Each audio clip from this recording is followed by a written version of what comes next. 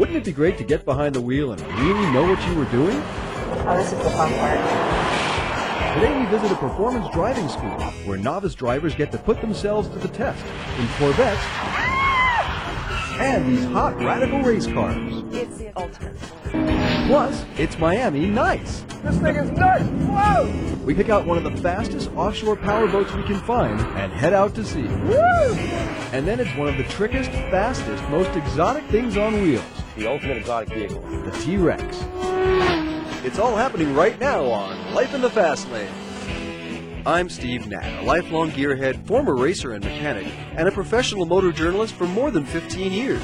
Now I feel really lucky to have the opportunity to share with you my insider's knowledge, industry contacts, and insatiable passion for anything with a motor. So gear up. It's time to drive like you mean it.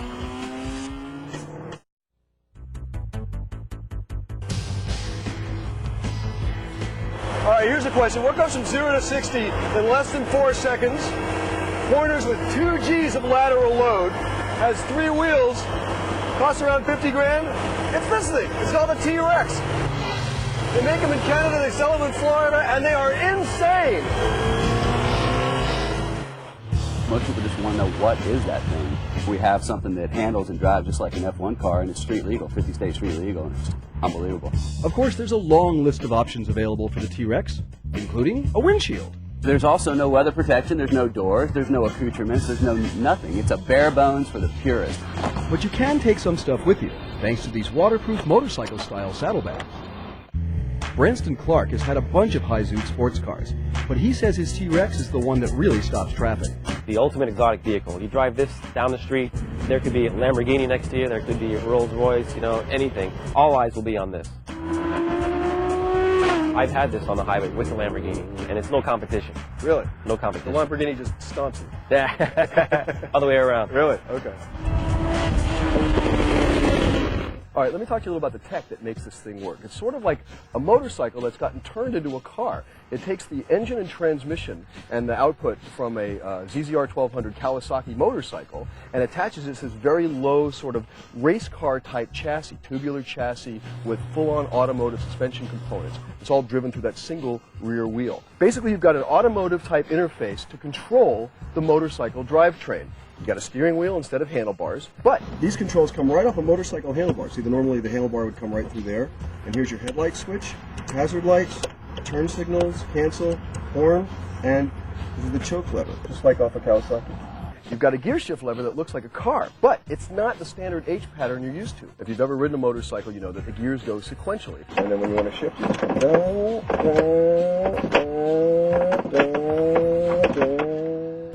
It's got a very low center of gravity because the whole thing is slammed right to the ground, so there's not going to be a lot of pitching and rolling as you go into corners. It's got a very wide track in the front, and then you've got all these fat tires with lots of contact, certainly compared to a motorcycle where you may have something that wide attaching to the ground on the front and rear. Here you've got all this rubber. You add that to 130 some odd horsepower you get out of this Kawasaki motor inside this 900-pound chassis, and boom, that's why this thing can go so fast. How fast is this thing? Let's find out. Turn the key, like a motorcycle. Clutch, start. And off we go.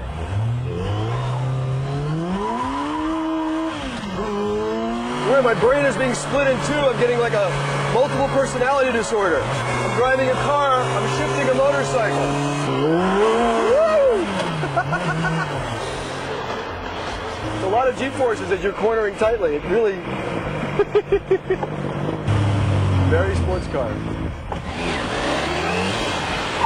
One thing this doesn't have is ABS. You got to be a little bit careful when you jump on the brakes if you're coming out of an ABS vehicle. It's a very potent driving experience, It's very elemental. I'm sitting on the ground. This Cowie motor is screaming over my shoulder. A hot Florida wind is blowing me out of the car. It's not exactly your luxury sports car experience. But it certainly is unique, and it's very fast.